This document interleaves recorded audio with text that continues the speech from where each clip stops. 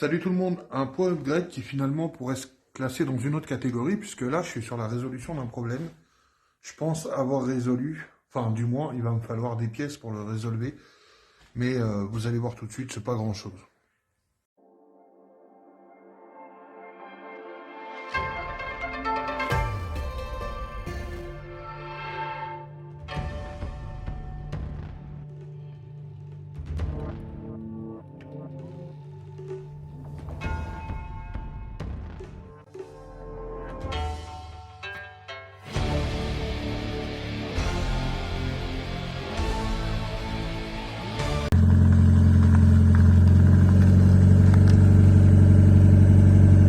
Comme vous pouvez, les plus observateurs d'entre vous ont remarqué qu'elle a les papates en l'air et que les roues sont démontées, bah tout simplement, depuis un moment, j'ai remarqué, alors moi je l'ai remarqué que quand elle était en Z5, donc sur son premier swap, et ça a persisté quand je l'ai swappé en BP. Et j'ai pas fait gaffe quand elle était d'origine, si vous voulez, et j'ai trop peu tourné avec pour m'en rendre compte. Mais donc je saurais pas dire si elle le faisait avant ou pas. Mais en l'occurrence, vu le problème et vu la solution que je pense avoir trouvée, je pense qu'elle le faisait avant. Donc je m'explique. Quand je braque à fond à gauche, la roue de droite, la roue passager, on va dire, tressaille. C'est une blague? Donc elle fait des soubresauts. Ça se ressent un peu dans la voiture, mais c'est pas non plus démentiel. Mais ça se ressent. Surtout, quand je veux mettre un amortisseur, en l'occurrence côté passager, il faut que j'appuie comme un bœuf sur le triangle pour qu'il descende, alors que côté conducteur, ça se fait tout seul. Alors on m'a suggéré, bon c'était des personnes en plus qui s'y connaissent bien, donc enfin c'est une personne qui m'a dit ça au départ, qui s'y connaît bien, qui m'a dit ouais c'est quand tu montes les triangles, selon si elle est sur un pont ou en appui, ça change. Sauf que pour moi, vu comment c'est fait, hein, c'est des triangulations simples sur ces trains avant. Pour moi, le triangle est sur un axe. Et donc, il pivote. On va dire il peut pivoter quand il est libre, sans les biellettes et tout, de 180 degrés, puisque après, il rentre en butée soit contre le bloc moteur, enfin, contre le reste du train, ou soit contre le sol, on va dire. Je sais pas si vous visualisez. En fait, pour moi, l'axe du triangle, il est là. Ici, là, c'est là où vous mettez votre tube de suspension. Donc, peu importe comment il est serré, il reste libre de faire ses mouvements en fonction des mouvements de l'amortisseur. Donc, pour moi, bon, pourquoi pas, admettons et tout, mais j'arrivais pas à comprendre le principe de cette explication. Moi, j'ai jamais pigé. Moi, j'ai pensé, vu que je l'ai remarqué que quand elle était premièrement swappée avec le Z5, je me suis dit, donc à la base, cette voiture, c'était un moteur B3, donc 1,3 litre SOHC. Avec une boîte forcément différente, je me suis dit, bah, si ça se trouve, le cardan qui est de ce côté-là, qui est un cardan en rallonge, est plus court. Et donc, j'ai pas la même amplitude de braquage. Et donc, bah, ça fait sauter la roue. J'ai pensé à ça, euh, vu que je l'ai remarqué que pendant les deux fois où elle était swappée. Et ça, et j'ai pensé aux biellettes de barre anti-roulis aussi. Mais elle m'avait l'air assez propre. Donc j'ai pensé à ça. Mon frère avait pensé à la géométrie, mais globalement, on va dire, elle avait l'air assez bonne, même si évidemment, il aurait fallu la faire sur machine. Donc j'ai essayé avec les rotules, j'ai fait un ou deux tours, enfin en trifouillant les rotules, j'ai fait un ou deux tours, ça changeait rien. Et là, idée de génie, je suis revenu sur une de mes premières idées, à savoir les biellettes de barre anti-roulis. Et je les ai mesurées, et il semblerait, alors ça sera à confirmer, je vais faire mesurer par quelqu'un d'autre, parce qu'on n'est jamais à l'abri d'une erreur, mais il semblerait que celle-ci fasse 7 cm et l'autre 8. Oh mince! Alors je sais absolument pas comment les gens se sont démerdés. Si ça se trouve, la voiture, elle a eu un petit carton. Alors, rien n'a bougé sur la voiture au niveau du châssis, hein, les tourelles vont bien, les poutres vont bien et tout. Mais si ça se trouve, donc c'était une demoiselle qui l'avait avant, elle a eu un pépin, elle a tapé un trottoir ou quoi, ou peut-être la personne d'avant, j'en sais rien. Et on lui a changé une biellette, parce qu'il n'y avait peut-être pas besoin de plus, et voilà. Et on lui a pas changé, on lui a pas mis la bonne. Quoi qu'il en soit, ça justifierait, on va dire, le souci du basculement du triangle, puisque si je retrouve ma loupiote qui est dans le coin, allez, je vais mettre pause. Donc voilà, on reprend. Donc vous voyez. Vous voyez la biellette de barre anti-roulis qui est ici, qui est prise sur le triangle, et après sur la barre anti-roulis qui, elle, fait le tour là-bas. Voilà. Et elle est prise sur le triangle. Et donc, ce qui justifierait, si elle fait bien 1 centimètre de moins que de l'autre côté, justifierait que ici j'ai du mal à appuyer sur le triangle, et que de l'autre côté, j'y arrive, puisqu'il y a plus de débattement. Donc je pense que c'est ça le souci, donc c'est l'un des seuls trucs, là faut que je refixe mon garde-boue, c'est l'un des seuls trucs que j'avais pas changé, puisque les étriers avaient été changés, les disques, les flasques, qui sont encore couleur alu, les rotules avaient été changés, que ce soit de rotules de biellette de direction ou de suspension, avaient été changés avant, les combinés filetés sont neufs, donc les roulements, les moyeux, les écrous de roue, tout ça c'est neuf. Donc c'est peut-être le seul truc que j'avais pas changé jusque là. Donc en avant Guingamp. Hein. Donc on va changer ça. Alors si, il y avait des triangles que j'avais pas changé, mais il n'y avait aucune nécessité à les changer, puisqu'ils sont très bons. Maintenant, si je les change, j'aime autant vous dire que je passe sur du scellé en bloc neuf. Mais pas full polyuréthane, parce que ça serait trop raide, et la voiture est quand même, je le rappelle, censée avoir une vocation un peu rallye, et passer sur du polyuréthane, ça serait trop raide. Ça serait bien si elle faisait du circuit, auquel cas, combiné avec l'arceau et d'autres cylindres en bloc polyuréthane, là on aurait une bonne rigidité, bien que les châssis Mazda sont connus pour être assez rigides. Je parle sur ce genre de voiture. Mais là, non, il faut que je garde un petit peu de souplesse quand même, à savoir que une caisse trop raide, c'est pas bon non plus sur circuit. De quoi? Ou même sur route. Hein. Sur route, c'est invivable, hein, surtout avec les routes françaises. Mais une voiture trop raide sera moins efficace.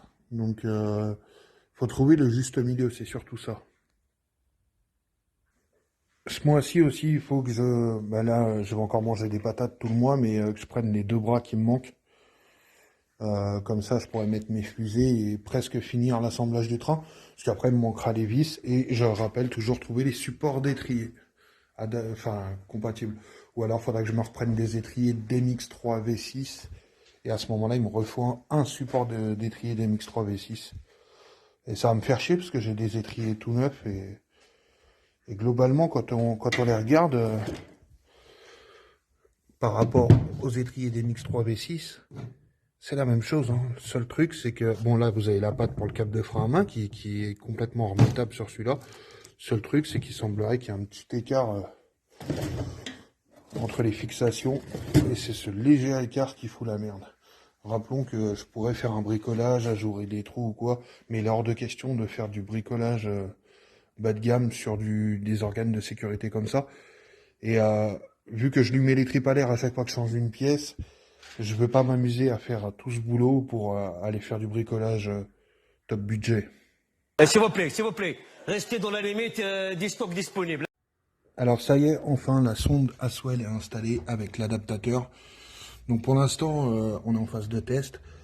C'est pour ça que tous les câbles ne sont pas passés dans des belles gaines bien comme il faut, proprement. On a checké, on a fait monter le moteur en température avec mon frère. Et ça ne fuit pas pour le moment. Donc on va faire quelques tours dans la zone pour mettre en charge, pour que le moteur soit en charge et que ça soit un peu plus sous pression. Qu'on voit si ça pisse pas. Et puis voilà, c'est fait, c'est monté. Après, je suis pas non plus super fan du système de devoir mettre un manchon entre les deux, parce que ça crée forcément 2 points où ça peut fuir en fait. Par rapport à une durite classique, sans adaptateur, mais bon. Il fallait repiquer ça, parce que les signaux d'origine de la sonde de température, visiblement, sont pas compatibles, ou du moins ne transmettent pas les bonnes informations au dashboard. Donc il fallait ça pour surveiller. Là, vous pouvez voir que j'ai laissé l'ancienne rallonge de la sonde que j'avais bousillée, tout simplement parce que celle-ci, alors je vais enlever les colliers là, ça va venir près du tablier, parce que je vais mettre une deuxième sonde Aswell, mais cette fois pour la température d'huile. Voilà. Tant qu'à faire, on a plein de possibilités d'affichage au dashboard, ça serait dommage de ne pas les exploiter. Mais ça sera plus tard, là c'est pas l'urgence, surtout que on a l'info principale, c'est la température d'eau. Alors, voici la gueule des nouveaux interrupteurs que j'ai reçus de GT2i. Ouais, c'est pas mal. J'avais, avec tout ce que j'achète, j'ai des bons d'achat et du coup, j'ai utilisé les bons d'achat pour acheter des interrupteurs. Alors, petit rappel, ça, la commande centrale Bratex, que vous voyez sûrement difficilement là, c'était la commande que j'avais, enfin c'était le tableau d'allumage que j'avais dans mon Astina. Et en fait, à la base, les interrupteurs que vous avez là, c'est des interrupteurs basiques type aviation, couleur chrome. Et ils viennent ici et juste au-dessus, là, je sais pas si vous voyez à la caméra, c'est perforé, c'est parce que ici vous aviez des petites veilleuses pour indiquer que le bouton était activé. Là, ça s'allume pas, c'est normal, c'est pas branché encore. Donc là, j'ai remplacé par ça. Donc ça sera premier cran du contact, deuxième cran du contact, accessoire 1, accessoire 2.